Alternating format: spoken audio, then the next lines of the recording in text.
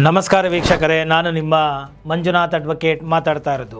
ಇವತ್ತು supreme court ಈ ಉಚಿತ ಸ್ಕೀಮ್ಗಳಿಂದಾಗಿ ಜನರಿಗೆ ದುಡಿಯುವ ಮನಸ್ಸೇ ಇಲ್ಲದಂತಾಗಿದೆ. ಈ ಸರ್ಕಾರಗಳು ಉಚಿತ ಕೊಡುಗೆಗಳನ್ನು ನೀಡ್ತಾ ಇರೋದ್ರ ಬಗ್ಗೆ ಗರಂ ಆದಂತಹ ಒಂದು ಪ್ರಸಂಗ ಸರ್ವೋಚ್ಚ ನ್ಯಾಯಾಲಯದಲ್ಲಿ ನಡೆದಿದೆ. ಹಾಗೂ ಈ ಉಚಿತ ಸ್ಕೀಮ್ಗಳಿಂದಾಗಿ ಜನರು ಸೋಮಾರಿಗಳಾಗ್ತಾ ಇದ್ದಾರೆ. ಅವರನ್ನು ಸೋಮಾರಿಗಳನ್ನಾಗಿ ಮಾಡುವ ಬದಲು ಅವರಿಗೆ ಉದ್ಯೋಗ ಮಾಡಲಿಕ್ಕೆ ಬೇಕಾದಂತಹ ಪೂರಕವಾದಂತಹ ಸಾಧನಗಳನ್ನು, ಸವಲತ್ತುಗಳನ್ನು ಮಾಡಿಕೊಡಿ. ಜನಗಳು ದುಡಿಯುವ ಒಂದು ಮನಸ್ಥಿತಿಗೆ ಕರೆದುಕೊಂಡು ಬನ್ನಿ. ಅದನ್ನು ಬಿಟ್ಟು ಅವರನ್ನು ಪರಾವಲಂಬಿಗಳನ್ನಾಗಿ ಮಾಡಬೇಡಿ. ಪ್ಯಾರಾಸೈಟ್ ಅಂತ ಕರಿತೇವೆ ನಾವು, ಪರಾವಲಂಬಿಗಳು. ಆ ರೀತಿಯಾಗಿ ಮಾಡಬೇಡಿ. ಅವ್ರನ್ನ ಅನ್ಪ್ರೊಡಕ್ಟಿವ್ ಪ್ರಾಡಕ್ಟ್ ಆಗಿ ಮಾಡಬೇಡಿ. ಉತ್ಪಾದನೆಯೇ ಮಾಡದಂತಹ ಒಂದು ಕೆಲಸಕ್ಕೆ ಬಾರದಂತಹ ಬೇಜವಾಬ್ದಾರಿಯುತ ವ್ಯಕ್ತಿಗಳನ್ನಾಗಿ ಸೃಷ್ಟಿ ಮಾಡಬೇಡಿ. ಅವರನ್ನು ಈ ನಾಗರಿಕ ಸಮಾಜಕ್ಕೆ ಮುನ್ನೆಲೆಯಲ್ಲಿ ತೆಗೆದುಕೊಂಡು ಬನ್ನಿ ಎಂಬುವಂತಹ ಒಂದು ಅಭಿಪ್ರಾಯವನ್ನು ಸರ್ವೋಚ್ಚ ನ್ಯಾಯಾಲಯವು ನೀಡಿದೆ. ಅಂದರೆ ಸರ್ವೋಚ್ಚ ನ್ಯಾಯಾಲಯವು ಈ ಒಂದು ಮಹಿಳೆಯರ ಪರವಾಗಿ, ಬಡವರ ಪರವಾಗಿ ಕಾಳಜಿ ವಹಿಸ್ತಾ ಇರೋದ್ರ ವಿರುದ್ಧವಾಗಿ ಮಾತನಾಡಿಲ್ಲ, ಅವರ ಪರವಾಗಿಯೇ ಮಾತಾಡಿದೆ. ಆದರೆ ಈ ಉಚಿತ ಸ್ಕೀಮ್ಗಳು ಇಂಟ್ರಡ್ಯೂಸ್ ಮಾಡಿ ಇವರು ವೋಟ್ ಬ್ಯಾಂಕ್ಗೋಸ್ಕರ ಜನಗಳಿಗೆ ಸುಳ್ಳು ಹೇಳುವುದರ ಮುಖಾಂತರ, ಅಂದರೆ ನಿಮಗೆ ಅದು ಕೊಡ್ತೀವಿ ಇದು ಕೊಡ್ತೀವಿ ಅಂತ ಹೇಳ್ತಕ್ಕಂಥದ್ದು. ಸೊ ಇದು ಬಹಳ ತಪ್ಪು. ಈ ಉದಾಹರಣೆಗೆ ನಾವು ನೋಡಬಹುದಾಗಿದೆ. ಈ ಒಂದು ಚುನಾವಣೆಯ ಸಂದರ್ಭಗಳಲ್ಲಿ ಈ ಒಂದು ಉಚಿತ ಪಡಿತರ ಹಾಗೂ ಬಹೀನ್ ಮತ್ತು ಕರ್ನಾಟಕದ ಗೃಹಲಕ್ಷ್ಮಿ ಈ ರೀತಿಯಾಗಿಯೇ ಈ ಒಂದು ಮಾದರಿಯಲ್ಲಿ ಮಹಾರಾಷ್ಟ್ರದ ಸ್ಕೀಮ್ ಕೂಡ ಮಾಡಿದೆ.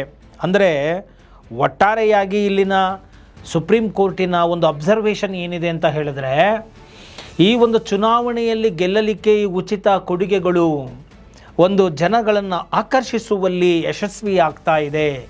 ಜನಗಳಿಗೆ ಪುಕ್ಕಟ್ಟೆ ಕೊಡ್ತೀವಿ, ನಾವು ಉಚಿತವಾಗಿ ಕೊಡ್ತೀವಿ ಅಂದ ತಕ್ಷಣ ಅವರನ್ನು ಮಹಾನುಭಾವರು, ಅವರು ಎಲ್ಲಿಂದನೋ ತಂದು ಕೊಡ್ತಾರೆ. ಬಡವರ ಪರವಾದಂತಹ, ಬಡವರ ಪರವಾಗಿ ಕಾಳಜಿಯನ್ನು ವಹಿಸುವಂತಹ, ಮಹಿಳೆಯರ ಪರವಾಗಿ ವಹಿಸುವಂತಹ ಸರ್ಕಾರ ಅಂತ ಹೇಳಿ ಅವರನ್ನು ಅಧಿಕಾರಕ್ಕೆ ತೆಗೆದುಕೊಂಡು ಬಂದುಬಿಡ್ತಾರೆ ಅಂತ ಹೇಳಿ ಈ ರೀತಿಯಾಗಿ ನಡೀತಾ ಇದೆ.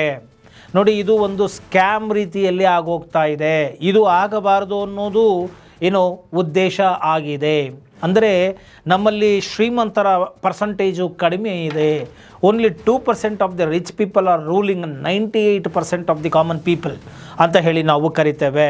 ಅಂದರೆ 2% ಶೇಕಡವಾರು ಜನ ಶ್ರೀಮಂತರು, 98% ಜನಗಳಿಗೆ ಕೆಲಸಗಳನ್ನು, ಉದ್ಯೋಗಗಳನ್ನು ಕೊಟ್ಟಿದ್ದಾರೆ ಅಂದರೆ ನೀವು ತಿಳ್ಕೊಳ್ಬೇಕು. ಅಂದರೆ ಮೆಜಾರಿಟಿ ವೈಸಲ್ಲಿ ಏನಾದರೂ ಅಧಿಕಾರ ಬರಬೇಕು ಅಂತ ಆದರೆ ವೋಟಿಂಗು ಬಹಳ ಮುಖ್ಯ. ಬಡವರೇ ಒಂದು ರೇಷಿಯೋ ಜಾಸ್ತಿ ಇರೋದ್ರಿಂದ ಬಡವರ ಪರವಾಗಿ ಉಚಿತ ಸ್ಕೀಮ್ಗಳನ್ನು ತಂದು ಬಿಟ್ಟರೆ ಆರಾಮಾಗಿ ನಾವು ಅಧಿಕಾರಕ್ಕೆ ಬಂದು ಬಿಡ್ತೇವೆ ಅನ್ನೋದು ರಾಜಕೀಯ ವ್ಯಕ್ತಿಗಳ ಒಂದು ಲೆಕ್ಕಾಚಾರ ಆಗಿದೆ. ಈ ಒಂದು ಉಚಿತ ಕೊಡುಗೆಗಳು ನಿಜವಾಗಿಯೂ ಮನುಷ್ಯರನ್ನು ಸೋಮಾರಿಗಳನ್ನಾಗಿಸ್ತಾ ಇದೆ. ಯಾಕೆ ಅಂತ ಹೇಳಿದರೆ ಜನಗಳಲ್ಲಿ ದುಡಿಯುವ ಉತ್ಸಾಹನೇ ಇಲ್ಲ. ಉಚಿತವಾಗಿ ಪಡಿತರವನ್ನು, ರೇಷನ್ಗಳನ್ನು ಕೊಟ್ಟು ಬಿಡ್ತಾರೆ, ಹಣವನ್ನು ಕೊಟ್ಟು ಬಿಟ್ಟರೆ ಮತ್ತು ಇನ್ನೇನು ಮಾಡ್ತಾರೆ. ಇದರಿಂದಾಗಿ ಸಾಕಷ್ಟು ವ್ಯಾಪಾರಸ್ಥರುಗಳಿಗೆ ಮತ್ತು ವ್ಯವಹಾರ ನಡೆಸುವಂಥವರಿಗೆ L&T ಎಂಬುವಂತಹ ಒಂದು ದೈತ್ಯ ಕಂಪನಿ ಹೇಳ್ತಾ ಇದೆ ಕಾರ್ಮಿಕರುಗಳು ಈ ನಡುವೆ ಸಿಗ್ತಾ ಇಲ್ಲ ಅಂತ ಹೇಳಿ.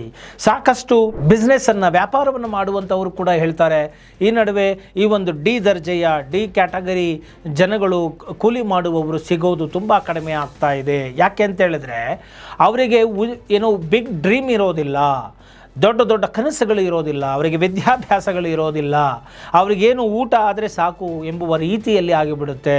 ಈ ರಾಜಕಾರಣಿಗಳು ಕೂಡ ಅವರನ್ನು ಅದೇ ರೀತಿಯಲ್ಲಿ ಪ್ರಾಣಿಗಳ ರೀತಿಯಲ್ಲಿ ನಡೆಸಿಕೊಳ್ಳಬಾರ್ದು. 3 ಹೊತ್ತು ಊಟವನ್ನು ಪಶುಗಳು ಕೂಡ ಸಂಪಾದನೆಯನ್ನು ಮಾಡಿಕೊಂಡು ಬಿಡುತ್ತೆ. ಆ ಒಂದು ನಿಟ್ಟಿನಲ್ಲಿ ಅವರಿಗೆ ಪಡಿತರಗಳನ್ನು ಕೊಟ್ಟುಬಿಟ್ಟು ಇನ್ನೇನೋ ಒಂದು 2,000 ಕೈಗೆ ಇಟ್ಬಿಟ್ಟು ಗಂಡನ ಕೈಯಿಂದ ಬಾಟ್ಲು ಜಾಸ್ತಿ ರೇಟನ್ನು ಜಾಸ್ತಿ ಮಾಡೋದು, ಅವರಿಂದ ಕಿತ್ಕೊಳ್ಳೋದು, ಹೆಂಡತಿಗೆ 2,000 ರೂಪಾಯಿ ಕೊಡ್ತೀನಿ ಅನ್ನೋದು. ಇದು ಏನಾಗ್ತಾ ಇದೆ, ಒಂದು ಕುತಂತ್ರ ಆಗ್ತಾ ಇದೆ. ಪ್ಲಸ್ ಇದೆಲ್ಲ ಒಂದು ನಾಟಕಗಳಾಗ್ತಾ ಇದೆ. ಸರ್ಕಾರ ಎಲ್ಲಿಂದ ತಂದುಕೊಡುತ್ತೆ, ಹೇಗೆ ತಂದುಕೊಡುತ್ತೆ, ಯಾವ ಮೂಲದಿಂದ ತಂದುಕೊಡುತ್ತೆ ಎಂಬುದು ಜನಗಳಿಗೆ ಹೇಳಬೇಕಲ್ವಾ. ಉಚಿತ ಕೊಡುಗೆಗಳನ್ನು ತನ್ನ ಮನೆಯಿಂದ ತಂದು ಕೊಡುತ್ತಾ, ತನ್ನ ಜೋಬಿಂದ ತಂದು ಕೊಡುತ್ತಾ ಇಲ್ಲ.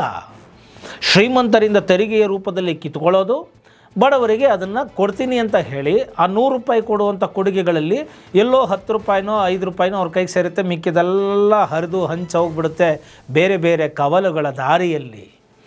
ಈ ರೀತಿಯಾಗಿ ಆಗೋಗ್ತಾ ಇದೆ. ಇದರಿಂದ ಕಷ್ಟ ಅಂತ ಹೇಳಿ ಆಗಿದೆ. ಮತ್ತು ಸರ್ವೋಚ್ಚ ನ್ಯಾಯಾಲಯದ ನ್ಯಾಯಮೂರ್ತಿಗಳಾದಂತಹ ಗವಾಯಿಯವರು ಕೂಡ ಹೇಳ್ತಾರೆ, ನಾನು ಕೂಡ ಈ ಒಂದು ಮಹಾರಾಷ್ಟ್ರದ ಕೃಷಿ ಕುಟುಂಬದಿಂದ ಬಂದವನೇ ಆಗಿದ್ದೇನೆ. ಅಲ್ಲಿ ಕೃಷಿ ಕಾರ್ಮಿಕರೇ ಸಿಗ್ತಾ ಇಲ್ಲ, ಕೆಲಸ ಮಾಡೋರಿಲ್ಲ ಅಂತ ಹೇಳಿ ಗವಾಯಿಯವರು ತಮ್ಮ ಅಭಿಪ್ರಾಯವನ್ನು ವ್ಯಕ್ತಪಡಿಸಿದ್ದಾರೆ. ಅಂದರೆ ಈ ಒಂದು ಕೈ ಕೆಸರಾದರೆ ಬಾಯಿ ಮೊಸರು ಎಂಬುವಂತಹ ಮಾತಿತ್ತು ನಮ್ಮಲ್ಲಿ. ಆದರೆ ಇವತ್ತು ಯಾರು ಕೈ ಕೆಸರು ಮಾಡ್ಕೊಳ್ಳೋಕೆ ರೆಡಿ ಇಲ್ಲ. ವೈಟ್ ಕಾಲರ್ ಶರ್ಟ್ಗಳು, ಏನೋ ಆ ರೀತಿಯಾದಂತಹ ಒಂದು ಕೆಲಸಗಳು ಬೇಕಾಗಿದೆ. ಕೆಳ ಹಂತದ ನೌಕರಿ ಮಾಡೋರು ಸಿಗ್ತಾ ಇಲ್ಲ, ಕಾರ್ಮಿಕರು ಸಿಗ್ತಾ ಇಲ್ಲ. ಅವರು ದಿನಪೂರ್ತಿ ಕೂಲಿ ಮಾಡಿದರೆ, ಅವರಿಗೆ ಒಂದು ಕೆಲಸ ಮಾಡಿದರೆ ಕೂಲಿ ಸಿಗ್ತಾಯಿತ್ತು, ಅದರಿಂದ ಅವರ ಜೀವನ ನಡೀತಾಯಿತ್ತು. ರೇಷನ್ ತೊಗೊಂಬರೋರು, ಒಂದು ಊಟ ಒಂದು ಬೇಕು ಅಂತ ಹೇಳಿ, ಒಂದು ಆಶ್ರಯ ಬೇಕು, ಒಂದು ಬಟ್ಟೆ ಬೇಕು ಅಂತೇಳಿ ಕೆಲಸ ಮಾಡೋರು. ಇವತ್ತೇನಾಗೋಗ್ತಾ ಇದೆ, ಈ ಉಚಿತ ಸ್ಕೀಮ್ಗಳಿಂದ ಅವರಿಗೆ ಆ ಒಂದು ದುಡಿಯೋ ಮನಸ್ಸೇ ಇಲ್ಲ. ಕೂತಿರೋ ಜಾಗಕ್ಕೆ ದುಡ್ಡು ತಂದು ಕೊಡ್ತಾರೆ, ಏನೋ ಪಡಿತರ ಬರ್ತಾ ಇದೆ, ಬೇಯಿಸ್ಕೊಂಡು ತಿನ್ಕೊಂಡು 3 ಹೊತ್ತು ನೆಮ್ಮದಿಯಾಗಿ ಇತ್ಕೊಳ್ಳೋಣ ಬಿಡು ಅಂತ ಹೇಳಿ ಪಾಪ್ಯುಲೇಷನ್ಗಳು ಜಾಸ್ತಿ ಆಗ್ತಾ ಇದೆ ಅಷ್ಟೇ. ಜನಸಂಖ್ಯಾ ಸ್ಫೋಟ ಆಗ್ತಾ ಇದೆ ಭಾರತದಲ್ಲಿ. ಯಾಕೆ ಅಂತ ಹೇಳಿದರೆ, ಸುಶಿಕ್ಷಿತರು ಇವರೆಲ್ಲ ಒಂದು ಒಳ್ಳೆಯ ಒಂದು ರೀತಿಯಲ್ಲಿ ಕಷ್ಟಪಟ್ಟು ಶ್ರಮಪಟ್ಟು ದುಡಿದು ಏನೋ ಸರ್ಕಾರಕ್ಕೆ ಟ್ಯಾಕ್ಸ್ಗಳನ್ನು ಕಟ್ತಾ ಇದ್ದಾರೆ. ಆ ದುಡ್ಡು ಹಣವನ್ನು ಸರಿಯಾದ ರೀತಿಯಲ್ಲಿ ಏನೋ ವಿನಿಯೋಗಿಸದೆ ಇವರ ಒಂದು ರಾಜಕೀಯ ಕುತಂತ್ರಕ್ಕೆ ಅದನ್ನು ಉಪಯೋಗಿಸಿಕೊಂಡು ಏನೋ ಜನಗಳನ್ನು ಏನೋ ಸೋಮಾರಿಗಳಾಗುವ ರೀತಿಯಲ್ಲಿ ಮಾಡ್ತಾ ಇದ್ದಾರೆ. ಇದು ಅಕ್ಷಮ್ಯ ಅಪರಾಧ ಹಾಗೂ ತಪ್ಪಾಗಿದೆ. ಇದು ಭಾರತದ ಒಂದು ಸ್ವಾವಲಂಬನೆಗೆ, ಆರ್ಥಿಕ ಬೆಳವಣಿಗೆ ಕೂಡ ಇದು ಒಂದು ಮಾರಕ ಎಂಬುದನ್ನು ಕೂಡ ನಾವು ಹೇಳಲಿಕ್ಕೆ ಇಲ್ಲಿ ಬಯಸ್ತಾ ಇದ್ದೇವೆ. ಅಂದರೆ ಒಟ್ಟಾರೆಯಾಗಿ ದುಡಿಯೋರ ಸಂಖ್ಯೆ ಕಡಿಮೆ ಆಗೋಗ್ತಾ ಇದೆ, ಯಾರೂ ಸಿಗ್ತಾನೆ ಇಲ್ಲ. L&T ಅನ್ನೋ ದೈತ್ಯ ಕಂಪನಿ ಕೂಡ ಹೇಳ್ತಾ ಇದೆ, ಕಾರ್ಮಿಕರುಗಳು ಸಿಗ್ತಾ ಇಲ್ಲ ಇತ್ತೀಚೆಗೆ ಅಂತ ಹೇಳಿ. ಓದಿರೋರು ಎಜುಕೇಟೆಡ್ ಕ್ಲಾಸ್ಗಳಿಗೆ ಇವತ್ತು ಏನೋ ಕಡಿಮೆ ಸಂಬಳ ಆಗ್ತಾ ಇದೆ. ಆದರೆ ಕೆಳ ಹಂತದಲ್ಲಿ ಕೆಲಸ ಮಾಡೋರಿಗೆ ಹೆಚ್ಚು ಡಿಮ್ಯಾಂಡ್ ಜಾಸ್ತಿ ಇರೋದರಿಂದ ಅವ್ರಿಗೆ ಜಾಸ್ತಿ ದುಡ್ಡು ಕೊಟ್ಟು ಕೆಲಸ ಮಾಡಿಸ್ಕೊಳ್ಳುವಂಥ ಒಂದು ಪರಿಸ್ಥಿತಿ ನಿರ್ಮಾಣ ಆಗ್ತಾ ಇದೆ ಎಂಬುವಂತಹ ಮಾತು ಕೂಡ, ಮತ್ತು ವಾತಾವರಣ ಕೂಡ ನಾವುಗಳನ್ನು ನೋಡ್ತಾ ಇದ್ದೇವೆ. ಆದ್ದರಿಂದ ಈ ಒಂದು ಉಚಿತ ಸ್ಕೀಮ್ಗಳ ವಿರುದ್ಧ ನಾನು ಮಾತಾಡ್ತಾ ಇಲ್ಲ, ಅಥವಾ ಸುಪ್ರೀಂ ಕೋರ್ಟು ಮಾತಾಡಿಲ್ಲ. ಬಡವರಿಗೆ ಏನೋ ಅಭಯರಿಗೆ ಖಂಡಿತವಾಗಿ ಅವರಿಗೆ ಸಾಂತ್ವನವನ್ನು ಹೇಳುವುದು, ಅವರಿಗೆ ಆಶ್ರಯವನ್ನು ಕೊಡುವುದು, ಅವರಿಗೆ ಸಹಾಯ ಮಾಡುವುದು ಸರ್ಕಾರದ ಜವಾಬ್ದಾರಿಯಾಗಿದೆ. ಅದನ್ನು ಯಾರೂ ಅಲ್ಲಗಳೆಯಲಾರರು. ಆದರೆ ಮಾಡುವ ಸಹಾಯದ ರೀತಿ ನೀತಿಗಳು ಬದಲಾವಣೆಯಾಗಬೇಕು. ಅವರು ದುಡಿಯುವಂತೆ ಮಾಡುವಂತೆ ಆಗಬೇಕು. ಒಬ್ಬ ರೈತನಿಗೆ ನೀವು ನೀರನ್ನು ಒದಗಿಸಿಕೊಟ್ರೆ ಆತ ದುಡಿದು ತಿನ್ನಬಲ್ಲ. ಅದನ್ನು ಬಿಟ್ಟು ನೀವು ನೀರನ್ನು ಕೊಡದೆ ಆತನಿಗೆ ಎಷ್ಟು ಎಕರೆ ಜಮೀನಿದ್ರೂ ಕೂಡ ನೀವು ಸುಮ್ಮನೆ ಇದು ಪಡಿತರ ಕೊಡ್ತೀನಿ ಅಂದರೆ ತಿನ್ಕೊಂಡು ಆರಾಮಾಗಿ ಇರ್ತಾರೆ ಅಷ್ಟೇ. ರಾಜಕೀಯ ಮಾತಾಡಿಕೊಂಡು ಪೇಪರ್ ಓದ್ಕೊಂಡು ಆರಾಮಾಗಿರ್ತಾರೆ. ಈ ರೀತಿಯಾಗಿ ಒಂದು ಉದಾಹರಣೆಯ ರೀತಿಯಲ್ಲಿ ನಾನು ನಿಮಗೆ ಹೇಳಿದ್ದೇನೆ, ರೈತರಿಗೆ ದುಡಿಯೋದಕ್ಕೆ ನೀರನ್ನು ಕೊಡಿ, ಜೊತೆಗೆ ಇದೇ ರೀತಿಯಲ್ಲಿ ಕಾರ್ಮಿಕರುಗಳು ಕೆಲಸವನ್ನು ಮಾಡಲಿ. ಇಂಡಸ್ಟ್ರಿಯಲಿಸ್ಟ್ಗಳಿಗೆ ಸ್ವಲ್ಪ ಲಿಬರ್ಟಿ ಕೊಡಿ. ಕೈಗಾರಿಕೋದ್ಯಮಿಗಳು, ಬಂಡವಾಳಶಾಹಿಗಳಿಗೆ ನೀವು ರೆಡ್ ಕಾರ್ಪೆಟ್ ಹಾಕಿ ಅವರು ವ್ಯವಹಾರಗಳನ್ನು ಶುರು ಮಾಡಲಿ, ಫ್ಯಾಕ್ಟ್ರಿಗಳನ್ನು ಶುರು ಮಾಡಲಿ. ಟ್ಯಾಕ್ಸ್ಗಳನ್ನು ಅವರಿಂದ ಕಿತ್ಕೊಳ್ಳೋದನ್ನು ಸ್ವಲ್ಪ ಕಡಿಮೆ ಮಾಡಿ, ಪರವಾಗಿಲ್ಲ. ಆವಾಗ ಏನಾಗುತ್ತೆ, ಉದ್ಯೋಗಗಳು ಸೃಷ್ಟಿಯಾಗುತ್ತೆ. ಆವಾಗ ಎಲ್ಲರೂ ಕೆಲಸ ಮಾಡಿ ದುಡಿಯುವಂತಾಗುತ್ತೆ. ಸೊ ಇಂಡೈರೆಕ್ಟಾಗಿ, ಪರೋಕ್ಷವಾಗಿಯೂ ಕೂಡ ದೇಶ ಅಭಿವೃದ್ಧಿಯ ಕಡೆಗೆ ಹೋಗುತ್ತೆ ಎಂಬುವಂತಹ ಮಾತನ್ನು ಕೂಡ ಇಲ್ಲಿ ನಾನು ಹೇಳ್ತಾ ಇದ್ದೀನಿ. ಆದ್ದರಿಂದ ದುಡಿಯೋದಕ್ಕೆ ಅವರಿಗೆ ಅವಕಾಶವನ್ನು ಮಾಡಿಕೊಡಿ, ದಾರಿಯನ್ನು ಮಾಡಿಕೊಡಿ. ಅದಕ್ಕೆ ಬೇಕಾದಂಥ ಪೂರಕ ಸಂಪನ್ಮೂಲಗಳನ್ನು ನೀವು ವಿತರಿಸಿ, ಮಹಿಳೆಯರಿಗೆ ಸಬಲೀಕರಣವನ್ನು ಮಾಡಿ, ಮಕ್ಕಳಿಗೆ ವಿದ್ಯಾಭ್ಯಾಸಗಳನ್ನು ಕೊಡಿ. ನೋಡಿ, ಕೇರಳದಲ್ಲಿ ಮೊನ್ನೆ ಒಂದು ವಿಡಿಯೋ ಮಾಡಿ ಹಾಕಿದ್ದೆ, ಉಚಿತ ಶಿಕ್ಷಣವನ್ನು ಅವರು ಮಾಡಿದ್ದಾರೆ ಪದವಿವರೆಗೂ. ನಮ್ಮಲ್ಲಿ ಏನು ಮಾಡ್ತಾ ಇದ್ದೀವಿ, ಎಲ್ಲ ಬೇಡದಿರೋದನ್ನು ಕೊಟ್ಕೊಂಡು ಸೋಮಾರಿಗಳನ್ನ ಮಾಡ್ತಾ ಇದ್ದೀವಿ. ಈ ಒಂದು ವಿಚಾರ, ಈ ಒಂದು ನಗರ ಪ್ರದೇಶಗಳಲ್ಲಿ ನಿರಾಶ್ರಿತರ ಆಶ್ರಯದ ಹಕ್ಕಿನ ಕುರಿತಾದ ಅರ್ಜಿಗಳನ್ನು ಬುಧವಾರ ವಿಚಾರಣೆ ನಡೆಸಿದ ನ್ಯಾಯಮೂರ್ತಿ BR ಗವಾಯಿ ಮತ್ತು ನ್ಯಾಯಮೂರ್ತಿ ಆಗಸ್ಟಿನ್ ಜಾರ್ಜ್ ಅವರನ್ನೊಳಗೊಂಡ ಪೀಠ ಈ ರೀತಿಯಾಗಿ ಹೇಳಿದೆ, ಅಭಿಪ್ರಾಯವನ್ನು ವ್ಯಕ್ತಪಡಿಸಿದೆ. ಆದ್ದರಿಂದ ಉಚಿತ ಹಣ ಪಡಿತರದಿಂದಾಗಿ ಹಳ್ಳಿಗಳಲ್ಲಿ ಕೃಷಿ ಕಾರ್ಮಿಕರು ಸಿಗದಂತಾಗಿದೆ ಮತ್ತು ಜನರನ್ನು ಸಶಕ್ತ ಮಾಡಲು ಮಾಡುವ ಬದಲು ಪರಾವಲಂಬಿಗಳನ್ನಾಗಿಸುತ್ತಾ ಇದೆ ಅಂತ ಹೇಳಿ ಏನೋ ಕೋರ್ಟು ಗರಂ ಆಗಿದೆ ಮತ್ತು ಅಭಿಪ್ರಾಯವನ್ನು ವ್ಯಕ್ತಪಡಿಸಿದೆ. ಆದ್ದರಿಂದ ಪ್ರಜೆಗಳಲ್ಲಿಯೂ ಕೂಡ ನಾನು ವೀಕ್ಷಕರಲ್ಲಿಯೂ ಕೇಳಿಕೊಳ್ಳೋದು ಇಷ್ಟೇ, ಯಾವುದನ್ನೇ ಆಗಲಿ ಉಚಿತವಾಗಿ ಪಡೆದುಕೊಳ್ಳಬಾರದು. ಅದು ಖಂಡಿತ ತಪ್ಪು ಮತ್ತು ಅದು ಭಿಕ್ಷೆಗೆ ಸಮಾನ ಆಗುತ್ತೆ. ನಾವು ಇದನ್ನು ತಿರಸ್ಕಾರ ಮಾಡೋಣ. ನಾವು ಈ ದೇಶದ ನಾಗರಿಕರಾಗಿದ್ದೇವೆ, ಬಡವರ ಒಂದು ಕುಟುಂಬಗಳಲ್ಲಿ ಹುಟ್ಟಿದ್ದೇವೆ ನಿಜ, ಆದರೆ ಬಡವರಾಗಿಯೇ ಮುಂದುವರಿಯಬೇಕು ಅಂತ ಏನಿಲ್ಲ. ನಾವು ಒಳ್ಳೆಯ ವಿದ್ಯಾಭ್ಯಾಸವನ್ನು ನಾವು ಕೇಳೋಣ ಸರ್ಕಾರದಿಂದ.